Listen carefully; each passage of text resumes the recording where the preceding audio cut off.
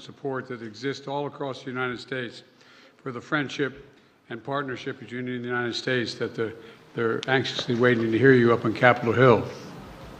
A partnership that is among the most consequential in the world, that is stronger, closer, and more dynamic than any time in history. Mr. Prime Minister, we've met many times over the past few years, most recently in Hiroshima at the G7 summit, and each time I was struck by our ability to find new areas of cooperation. Together, we're unlocking a shared future of what I believe to be unlimited potential. And with this visit, we're demonstrating once more how India and the United States are collaborating on nearly every human endeavor and delivering progress across the board. From designing new ways to diagnose and treat illnesses like cancer and diabetes, to collaborating on human spaceflight, including sending an Indian astronaut to the International Space Station in 2024, to accelerating the global clean energy transition and tackling the climate crisis we face, to harnessing our shared expertise on critical and emerging technologies like quantum computing and artificial intelligence, to ensuring they are not used as tools of misinformation and oppression.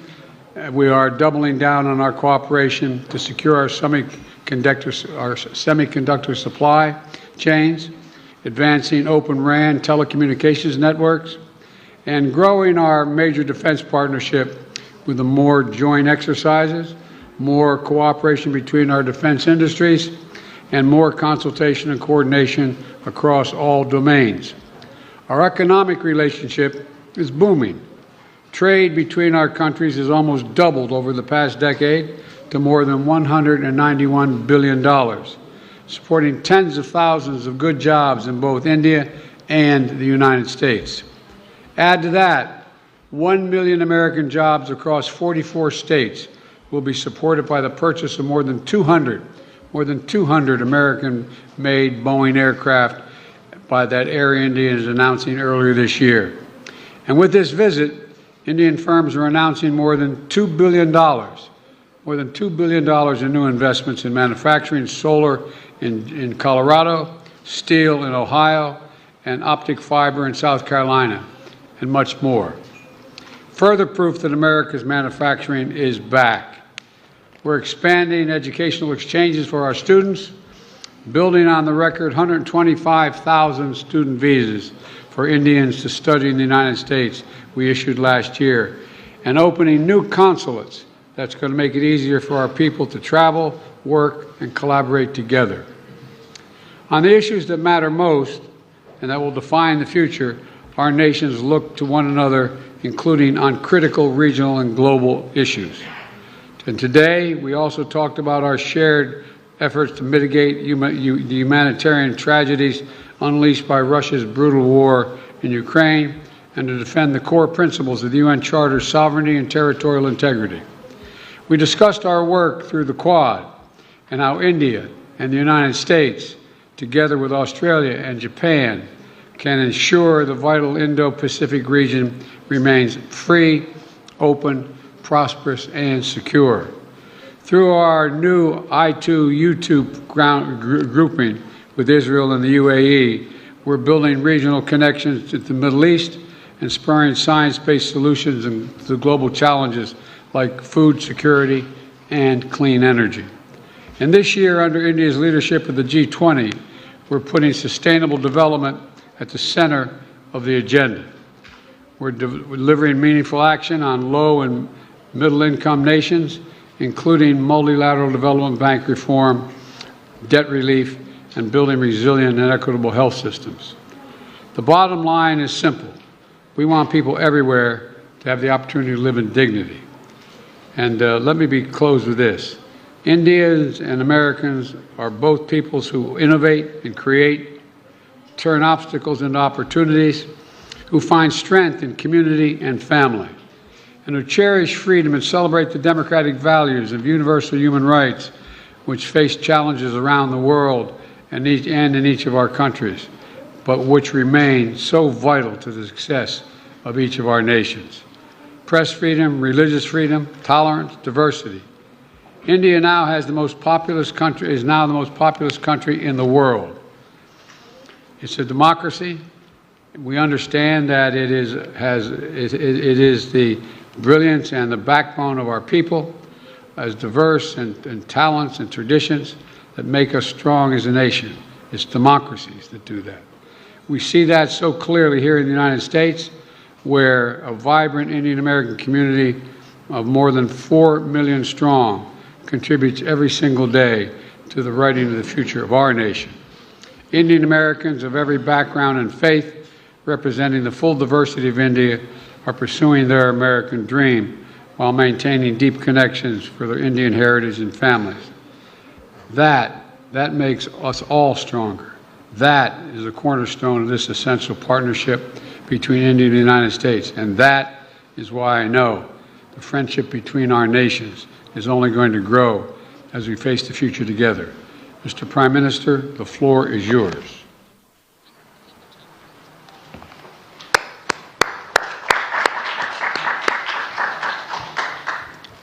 Don't get overwrought.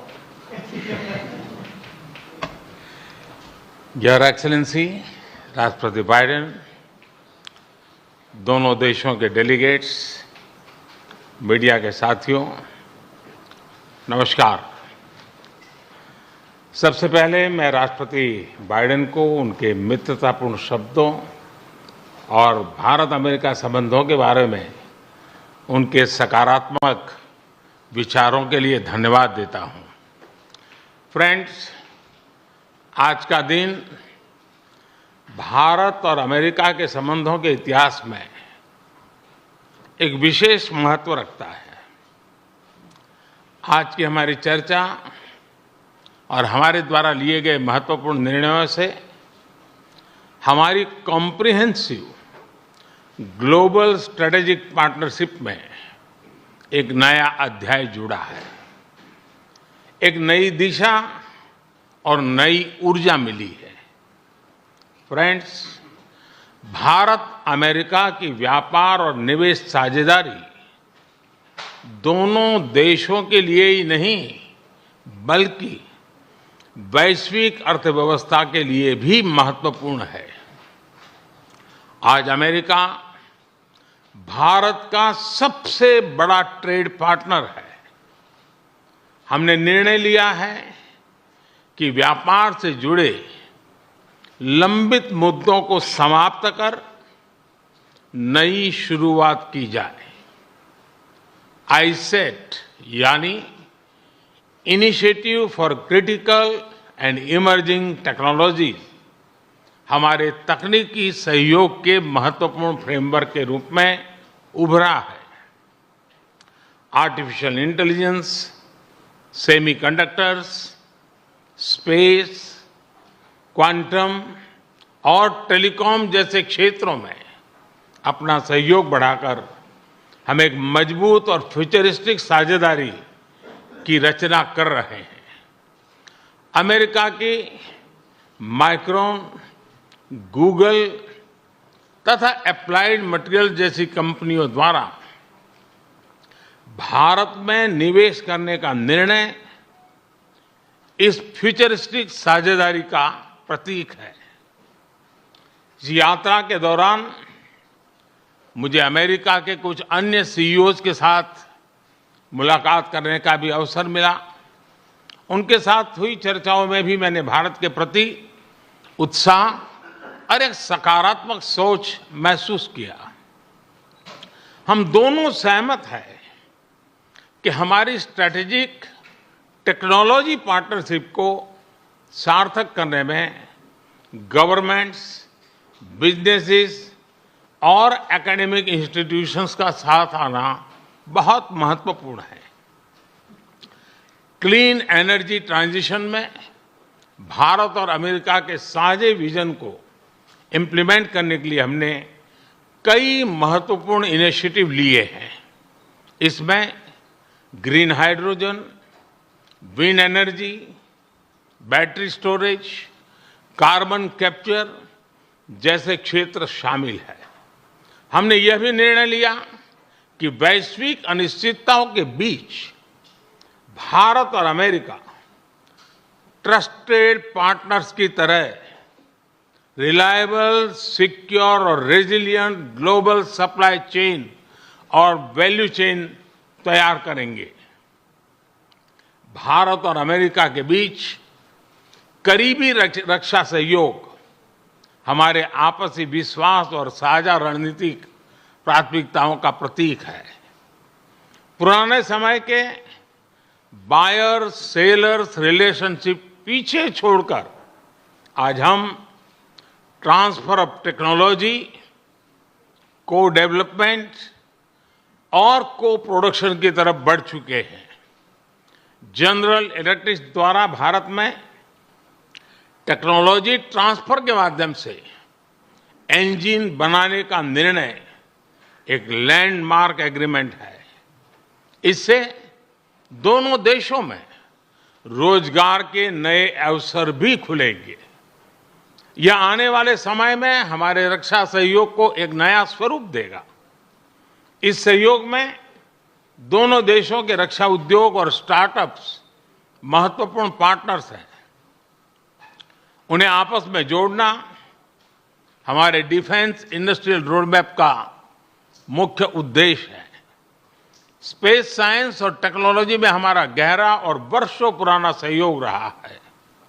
आज हमने Artemis accords में शामिल होने का निर्णय लेकर हमारे space cooperation में एक लंबी उड़ान भरी है। संक्षेप में कहूं तो भारत और अमेरिका की साझेदारी के लिए even sky is not the limit. Friends, हमारे संबंधों का सबसे महत्वपूर्ण स्तंभ हमारे पीपल टू पीपल टाइज है। भारतीय मूल के 40 लाख से भी ज्यादा लोग आज अमेरिका की प्रगति में महत्वपूर्ण योगदान दे रहे हैं। आज सुबह व्हाइट हाउस में इतनी बड़ी संख्या में भारतीय लोगों की उपस्थिति इस बात का प्रमाण है कि इंडियन अमेरिकन्स हमारे संबंधों की असली ताकत है। इन संबंधों को और गहरा करने के लिए हम अमेरिका द्वारा बेंगलुरु और अहमदाबाद में कॉन्सुलेट्स खोलने के निर्णय का स्वागत करते हैं। उसी तरह सिएटल में भारत का नया कॉन्सुलेट खोलेंगे। फ्रेंड्स, आज की बैठक में हमने कई क्षेत्रीय एवं वैश्विक मुद्दों पर चर्चा की। इंडो पैसिफिक में शांति और सुरक्षा यह हमारी साझा प्राथमिकता है। हम एकमत हैं कि इस क्षेत्र का विकास और सफलता पूरे विश्व के लिए महत्वपूर्ण है। हमने क्वाड पार्टनरशिप के साथ मिलकर इस क्षेत्र के सभी देशों के साथ अपना समन्वय बढ़ाने पर विचार साझा किए। आतंकवाद और कट्टरवाद के खिलाफ लड़ाई में भारत और अमेरिका कंधे से कंधा मिलाकर चल रहे हैं। हम सहमत हैं कि क्रॉस बॉर्डर टेररिज्म को समाप्त करने के लिए ठोस कार्रवाई आवश्यक है। कोविड महामारी और यूक्रेन संघर्ष से ग्लोबल साउथ के देश विशेष रूप से पीड़ित हुए हैं। हमारा मत है कि इन समस्याओं के समाधान के लिए सभी देशों का एकजुट होना अनिवार्य है।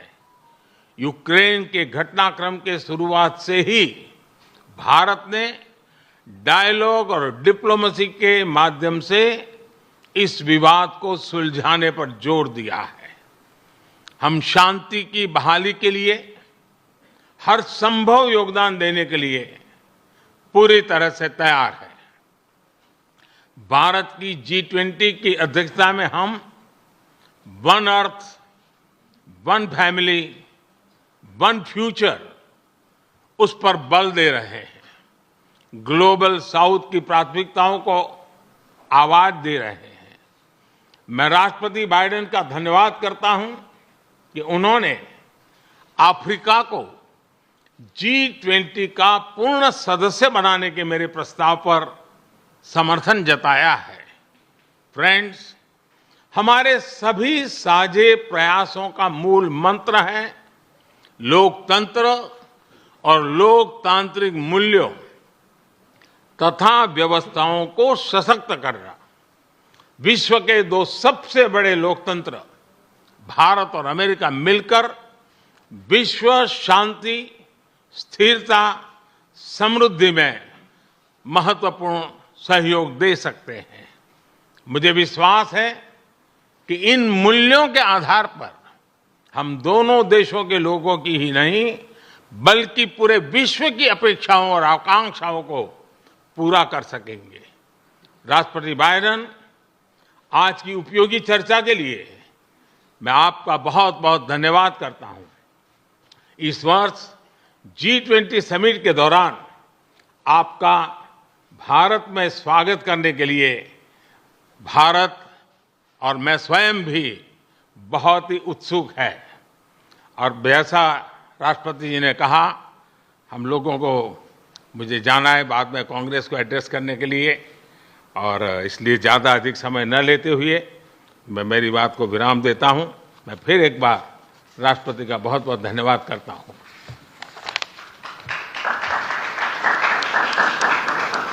Well, the Congress is actually waiting to, and anxiously waiting to hear you. I'm told there are two questioners, Sabrina from the Wall Street Journal and Kumar from the Trust of India. And Sabrina, you first. Thank you, Mr. President. I have a question for the Prime Minister, but first a two-part question for you. Your comments at a fundraiser this week appear to be the first time in recent memory that a sitting U.S. president has called a Chinese leader a dictator. Did those comments about President Xi undermine or complicate the progress your administration has made in maintaining a relationship with China? And secondly, on India, as you raise these broader issues of human rights and democracy, what is your message to those, including some members of your own party, who say that your administration is overlooking the targeting of religious minorities and crackdown on dissent in Prime Minister Modi's country? The answer to your first question is no.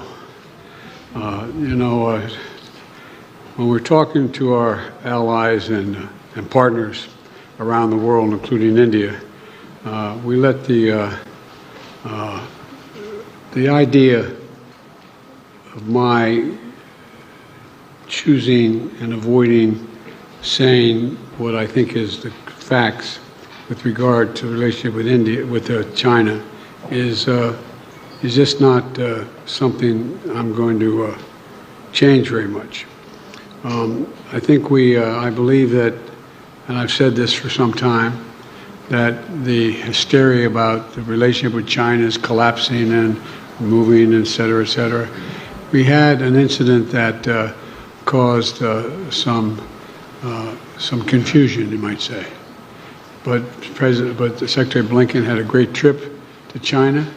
I expect to be meeting with President Xi sometime in the future, in the near term, and I don't think it's had any real consequence. And what was your second question?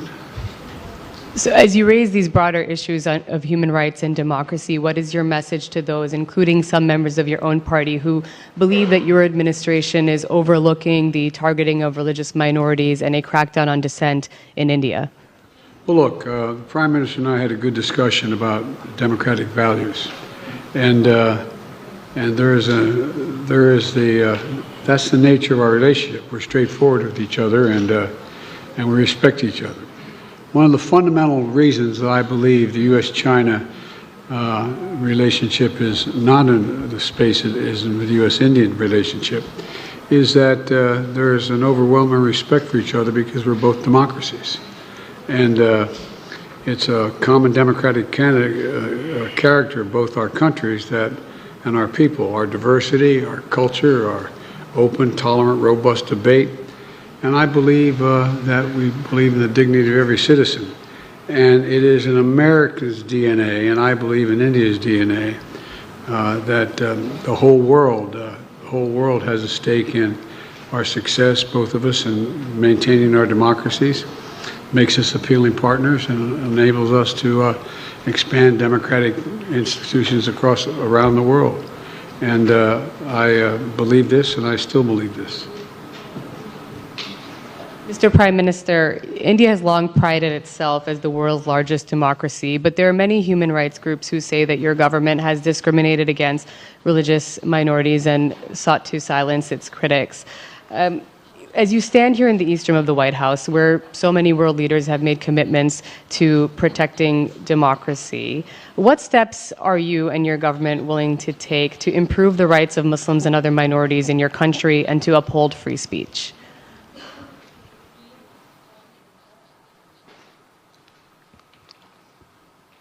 मुझे आश्चर्य हो रहा है कि आप कह रहे हैं कि लोग कहते हैं नहीं, भारत डेमोक्रेसी है। और जैसा राष्ट्रपति बाइडेन ने कहा, भारत और अमेरिका दोनों के डीएनए में लोकतंत्र है। लोकतंत्र हमारा स्पिरिट है, लोकतंत्र हमारी रगों में है, लोकतंत्र को हम जीते हैं और हमारे पूर्वजों ने उसको शब्दों में ढाला है संविधान के रूप में। और हमारी सरकार लोकतंत्र के मूलभूत मूल्यों को आधार लेकर के बने हुए संविधान के आधार पर चलती है। और हमारा संविधान और हमारी सरकार, और हमने सिद्ध किया है डेमोक्रेसी कैन डिलीवर। और जब मैं डिलीवर कहता हूं तब कास्ट, क्रीड, रिलीजन, जेंडर, किसी भी भेदभाव को वहां जगह नहीं होती है। और जब हम लोकतंत्र की बात करते हैं तब अगर ह्यूमन वैल्यूज नहीं है, ह्यूमैनिटी नहीं है, ह्यूमन राइट्स नहीं है, फिर तो वो डेमोक्रेसी है ही नहीं। और इसलिए जब आप डेमोक्रेसी कहते हैं, जब डेमोक्रेसी को स्वीकार करते हैं और जब हम डेमोक्रेसी को लेकर के जीते हैं, तब डिस्क्रिमिनेशन का कोई सवाल ही नहीं उठता है। और इसलिए भारत सबका साथ, सबका विकास, सबका विश्वास, सबका प्रयास, उन मूलभूत सिद्धांतों को लेकर के, और इसलिए हम चलते हैं। भारत में सरकार के जो बेनिफिट्स हैं वो एक्सेस टू ऑल है, जो भी उसके हकदार हैं उन सबको मिलते हैं। इसलिए भारत के लोकतांत्रिक मूल्यों में कोई भेदभाव नहीं है, न धर्म के आधार पर, न जाति के आधार पर, न उम्र के आधार पर, न भूभाग के आधार पर।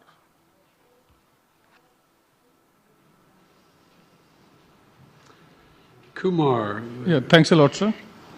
Sir, my question is on the issue of climate change. Both countries have spoken strongly about the need to tackle the climate change, but there is a view. Climate change. I'm sorry. Yeah, both countries have spoken about the challenge of climate change, but there is a view that ambitious targets are set, but implementation is found often lacking. And there is also a criticism of lack of technological transfer, financial transfer from the developed countries to the developing nations. How do you both leaders see the way ahead on this pressing issue? Well, first of all, I think it is the existential threat to humanity, climate change. It's the most serious problem we face as human beings. We have to keep it below 1.5 degrees Celsius. We've made enormous progress here in the United States on dealing with this issue by doing three things. Number one, by insisting that we move every one of our industries into a position where they can take advantage of cheaper and more extensive and more available renewable energy, whether it's solar or wind or hydrogen and green hydrogen. There's a whole range of things we've been working on. In addition to that, we find ourselves in a position that what we've done is that we have significantly reduced for example, I made a commitment that we are going to make sure that by 2030, 30% of all our land and sea and oceans were were in conservation, could not be developed. We're well on our way to doing that, and that's also absorbing carbon from the air as a consequence of that because of the conservation. We are in a position as well, but we have provided for significant increase in funding for a whole range of issues, but not just for the United States, but for the rest of the world. For example, we're working with the G7 to provide for infrastructure work for dealing with global warming on the continent of Africa. In Angola, building the largest solar project, moving ourselves, having railway to go all the way across the southern two-thirds, from the Atlantic Ocean to the Indian Ocean in Africa, to be able to transport and do it cheaper and do it with less, how can I say it, less carbon emissions. We're trying to work with other countries to maintain their carbon sinks so they don't have to develop them like we did in causing pollution, and we're trying to figure out how to work out to pay them not to develop certain areas like the Amazon and Brazil. But there's a lot of technology that's available that we're sharing and we share with one another. We've learned how to do solar energy, which is considerably cheaper than it is for fuel, for fossil fuels. The same way dealing with not just solar, but dealing with wind. And so there's a lot of technology that we've developed, and we're well on our way, I think, to meeting the commitment we made that we made in Paris. And we're prepared to share all of that with India that has a desire to do the same.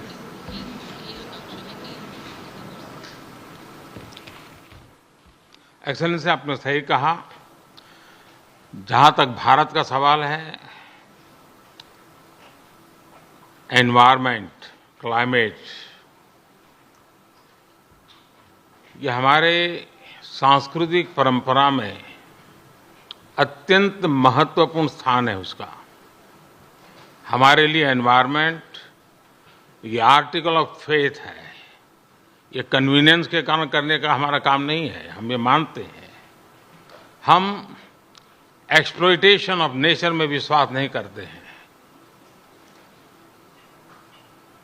पूरे सृष्टि को चलाने के लिए milking of nature तक तो चल सकता है, लेकिन एक्सप्लॉइटेशन ऑफ नेचर नहीं चल सकता है। हम इस पक्ष में रहे हैं और उसी के मूलभूत आधार पर भारत अपने लिए करता है, इतना ही नहीं, हम कुछ ग्लोबल इनिशिएटिव भी ले रहे हैं। आपको मालूम है, G20 देशों ने पेरिस में जो प्रॉमिस किया था, सभी G20 देशों में अकेला हिंदुस्तान है जिसने पेरिस में जो प्रॉमिस किए थे वो सारे प्रॉमिस पूरे किए हैं।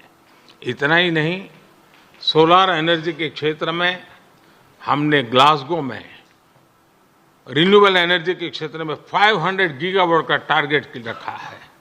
हमने 2030 तक भारत की रेलवे का नेट जीरो का लक्ष्य रखा है। और भारत की रेलवे कहने के बाद आपको उसका स्केल पता होना चाहिए। भारत की रेलवे का मतलब है कि हर दिन मेरे यहाँ रेल के डिब्बे में पूरा ऑस्ट्रेलिया होता है। इतना बड़ा मेरा देश है और वहाँ मैं 2030 तक रेलवे को नेट जीरो लेकर के चल रहा हूँ। उसी प्रकार से जो हमने सोलर एनर्जी के टारगेट तय किए थे, हमने इथेनॉल के टारगेट तय किए थे 10% का, वो समय से पहले पूरा कर दिया। हम 20% इथेनॉल ब्लेंडिंग की दिशा में आगे बढ़ रहे हैं। हम ग्रीन हाइड्रोजन को इनिशिएट कर रहे हैं और भारत ग्रीन हाइड्रोजन हब बने, उस दिशा में हम काम कर रहे हैं। हमने दुनिया के लिए इंटरनेशनल सोलर अलायंस उसका हमने लॉन्च किया और आज दुनिया के कई देश उसमें भारत के साथ मिलकर के आगे बढ़ रहे हैं। हमने जो आइलैंड कंट्रीज है उनको स्पेशली सोलार के क्षेत्र में मदद करके उनको एक नया विश्वास दिया है कि हम आपकी कठिनाइयों में आपके साथ हैं। भावी किसी भी संकट के लिए हम आपकी चुनौती को पार करने के लिए हमारी जिम्मेवारियां निभाएंगे, आपको भी मदद करेंगे। हम वो देश हैं जिसने एक और नया क्षेत्र हाथ लिया है। हम देख रहे हैं कि नेचुरल कैलेमिटी के कारण आज मनुष्य मृत्यु की चर्चा तो होती है, लेकिन इंफ्रास्ट्रक्चर का इतना नुकसान होता है जो 50-50 साल तक भरपाई नहीं हो सकता। और इसलिए ये जो क्लाइमेट चेंज के कारण जिस प्रकार का संकट आ रहा है, तो ऐसा इंफ्रास्ट्रक्चर बनना चाहिए जिसमें रेजिलियंस हो, और इसके लिए CDRI हमने एक ग्लोबल ऑर्गेनाइजेशन को जन्म दिया है। और आपको पता होगा, मैंने ग्लासगो के अंदर एक विषय रखा है दुनिया के सामने, और जिसको पिछले दिनों UN सेक्रेटरी जनरल और मैंने उसको लॉन्च किया है, वो है मिशन लाइफ। और जब मैं लाइफ कहता हूं तब life style for environment. Her individual को प्रो क्लाइमेट, प्रो एनवायरमेंट अपना जीवन जीने का तरीका डेवलप करना होगा। इतने बड़े संकट के लिए उस दिशा में भी हम काम कर रहे हैं, और मुझे विश्वास है कि भारत ने जो आज इन क्षेत्रों में काम शुरू किया है, इसलिए नहीं कि भारत ने दुनिया के एनवायरनमेंट को बुरा किया है, लेकिन हम इसलिए कर रहे हैं कि हमारी भावी पीढ़ी की हमें चिंता है। हम हमारी भावी पीढ़ी को ऐसा विश्व नहीं दे सकते हैं कि जिसके लिए उसके लिए जीना कठिन हो जाए। और इसलिए एक ग्लोबल रिस्पॉन्सिबिलिटी के रूप में भारत ने खुद ने कुछ बुरा नहीं किया है, तो भी अच्छा करने में, योगदान देने में हम अग्रिम भूमिका निभा रहे हैं, और हम आगे भी निभा रहेंगे। जहां तक समृद्ध देश हैं, लगातार चर्चा रही है, टेक्नोलॉजी ट्रांसफर हो, फाइनेंशियल मदद हो, और धीरे धीरे विश्व भी मन बना रहा है कि जो देश इसमें करना चाहते हैं उनको टेक्नोलॉजी की मदद मिले, उनको फाइनेंशियल मदद मिले। हम प्रतीक्षा कर रहे हैं कि जितना जल्दी इस विषय में आगे बढ़ेंगे, दुनिया को इस संकट से हम जल्दी से मुक्त कर पाएंगे। धन्यवाद। Let me add one thing to that. We have caused damage in the United States the way we developed over the last 300 years. And that's why I was able to convince my colleagues in the Congress to pass legislation, the largest climate fund ever in American and the world history, $369 billion. $369 billion to deal with the climate crisis. And we're doing it extensively now, and I think you're going to see significant progress. Thank you all very, very much. President,